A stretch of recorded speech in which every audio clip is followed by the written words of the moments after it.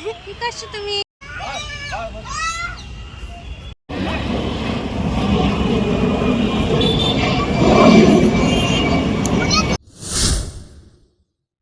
Hello বন্ধুরা, কেমন আছো সবাই? আমার নতুন আরও একটি ব্লগে তোমাদের সকলকে স্বাগতম জানাই।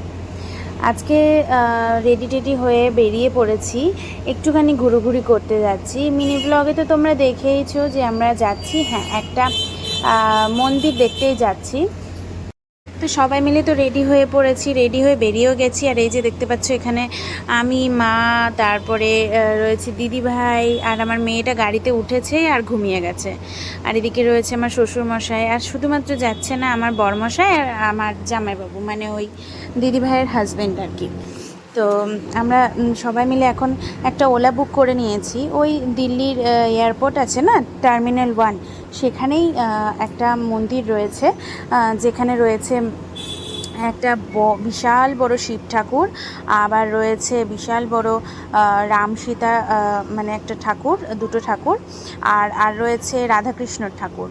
তো যাই হোক, তো সেটাই আমরা এখন দেখতে যাচ্ছি। আর এই অ্যাড্রেসটায় খোঁজ দিয়েছে আমার বরমশাই, কারণ ও এই টার্মিনাল 1-এই যেহেতু ওর শিফটিং, তো মানে যেহেতু এখানেই থাকে, এখানেই কাজ করে, এখানেই ওর অফিস আর কি, সেই জন্য। এই যে দেখো প্রায় পৌঁছে গেছি। আর এই যে এখন গাড়ির থেকে নামছি। আর গাড়ির থেকে মানে এইরকম গাড়িতে চড়তে খুব একটা ভালো লাগে না, দিদিভাইয়েরও ভালো লাগে না, তো সেই কারণে আর কি একটু সমস্যা হয়েছিল। এখন গাড়িটাকে ছেড়ে দিলাম। আর এই যে দেখো এখন কিন্তু আমরা চলে যাব ভেতরে। তো চলো, এখন এই দিক দিয়ে এন্ট্রি গেটটা নয়, ওই পাশ দিয়ে এন্ট্রি গেট, তো সেখান দিয়ে আমরা কিন্তু ঢুকে যাব। এটা অনেক দিনের ভিডিও, অনেক দিন আগেই করেছিলাম, কিন্তু ওই যে ভয়েস ওভার দেওয়ার কারণে তোমাদের সাথে শেয়ার করতে পারিনি, তো সেই কারণে। আর এদিকে দেখো আমার ফোনের মানে সামনে ক্যামেরার যে গার্ডটা, সেখানে না একটুখানি মানে কি বলবো, একটুখানি গার্ডটা না চিড় খেয়ে গেছে, ওই জন্য না সামনে ক্যামেরাটা মানে ধুন্দলা ধুন্দলা লাগছে। তো যাই হোক, এখন ঢুকে যাচ্ছি। এই যে এইখানটায় প্রসাদ মানে যে যেরকম পুজো টুজো দেওয়ার থালি নিতে পারে। তো যাই হোক, আমরা নেব না, আমরা পুজো টুজো দেবো না, কারণ তোমরা সবাই জানো যে মা মা মানে আমার দাদু শ্বশুর মারা গেছে কয়েকদিন আগে, তো মা যেহেতু পুজো দিতে পারবে না, সেজন্য আমরাও আর কি পুজো টুজো দেবো না, আমরা শুধুমাত্র একটু ঘোরাঘুরি করতে এসেছি। পরে আর একবার আসবো, যখন মা গঙ্গা স্নান করে চলে আসবে, তারপরে আসবো, এসে পুজো টুজো দেবো। এই যে দেখো এন্ট্রি গেটে ঢুকতেই দেখছি একদম দাঁড়িয়ে রয়েছে শিব ঠাকুর। তারপরে আরও ঠাকুরগুলো দেখতে পেলে এরোপ্লেন উড়ে গেল একদম। কতগুলো যে এরোপ্লেন দেখলাম মানে উড়তে, আর এত আওয়াজ হচ্ছিল ওড়ার সময়। আর এখানে দেখতে পাচ্ছ একটা শিবলিঙ্গ। তো বেশ ভালোই লেগেছে জায়গাটা। আমার বর্মশাই বলছিল যে খুব একটা ভালো না, কি করবে অত দূর গিয়ে, কিন্তু আমাদের প্রচণ্ড পরিমাণে ভালো লেগেছে, আমরা তো বেশ এনজয় করেছি। তো চলো এখন ওপরে উঠি আর শিব ঠাকুরটাকে দেখি। আমার তো মন একদম ভরে যাচ্ছিল ঠাকুরটাকে দেখে। আর শিব ঠাকুরের পাশেই দেখো আরও দুটো তিনটে ঠাকুর রয়েছে। আর দিদিভাই ওখানে দেখাচ্ছিল, ওখানে একটা ঘর আছে, ওই যে ওটার মধ্যে মানে কিছু ঠাকুর, তারপরে ঠাকুরের বাসন কোসন সমস্ত কিছু বিক্রি হচ্ছিল আর কি। তো যাই হোক, এখন দেখতে পাচ্ছ উপরে উঠে চলে এসেছি। আর এখানে দেখতে পাচ্ছ গণেশ, কার্তিক, আর এটা সম্ভবত পার্বতী হবে। আর একটা ছিল ইঁদুর, মানে গণেশের বাহন। আর ছিল এদিকে কিন্তু শিব ঠাকুরের বাহন, সেটা হলো নন্দী। তো যাই হোক, এখন এইখানটায় উঠে একটুখানি ঘোরাঘুরি করব।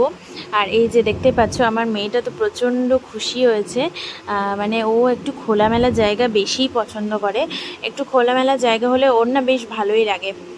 তো অনেকক্ষণ ধরে ওকে খেলা করাচ্ছিলাম। আর এদিকে গুড্ডিও মানে ওর সাথে খেলা করে যাচ্ছিল, মানে ওর সাথে আর কি খেলা করতে ওর ভালোই লাগছিল। আর প্রচণ্ড বড় জায়গা, তোমাদের দেখাচ্ছি, তোমরা দেখলে বুঝতে পারবে। এই যে দেখো, আর ওই যে সবুজ সবুজগুলো দেখছো, ওইগুলো কিন্তু ঘাস। এখন তো আমাদের ঠাকুর দেখা হয়ে গেছে, এবার চলো একটু গিয়ে বসি। অনেকক্ষণ ধরে ঘোরাঘুরি করলাম, সবটা তো আর ক্যামেরাতে শেয়ার করা যায় না, যতটুকু পারলাম ততটুকু শেয়ার করলাম। আর এদিকে দিদিভাইয়ের প্রচণ্ড গরম লাগছে, কারণ গরমও পড়েছে আজকে।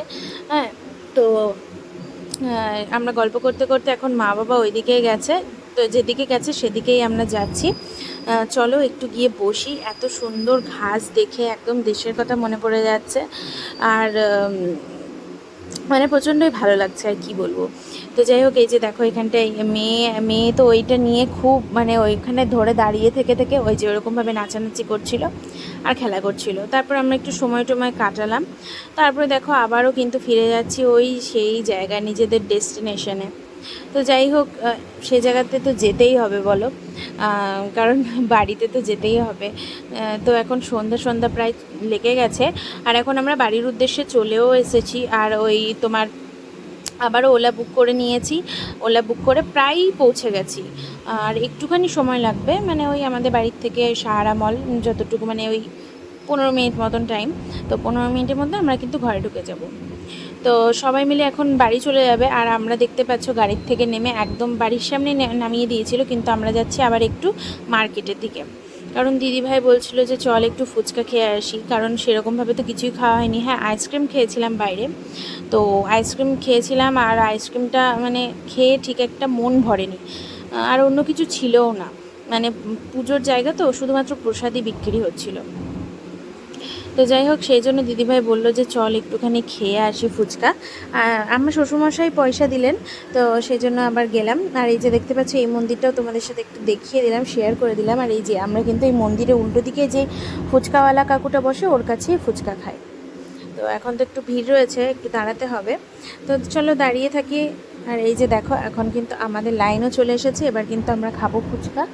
তো চলো এখন ফুচকা খেয়ে নিই। এই যে দিদিভাই আর আমি এসেছি, গুড্ডি আমার মেয়ে ওরা সবাই বাড়িতেই আছে, মায়ের কাছে আছে।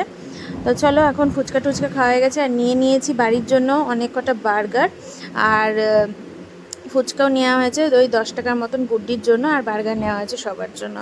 তো আজকে ভিডিওটা কেমন লাগলো সবাই জানিও, আর এইরকম ভিডিও দেখতে গেলে অবশ্যই চ্যানেলটাকে সাবস্ক্রাইব করে দিও, আর অবশ্যই আমার পাশে থেকো। তো দেখা হচ্ছে তোমাদের সাথে নেক্সট মিনি ব্লগে। ততক্ষণের জন্য টাটা, বাই বাই। আর অবশ্যই যদি ভালো লাগে তাহলে অবশ্যই লাইক করে দিও। তো চলো দেখা হচ্ছে, টাটা।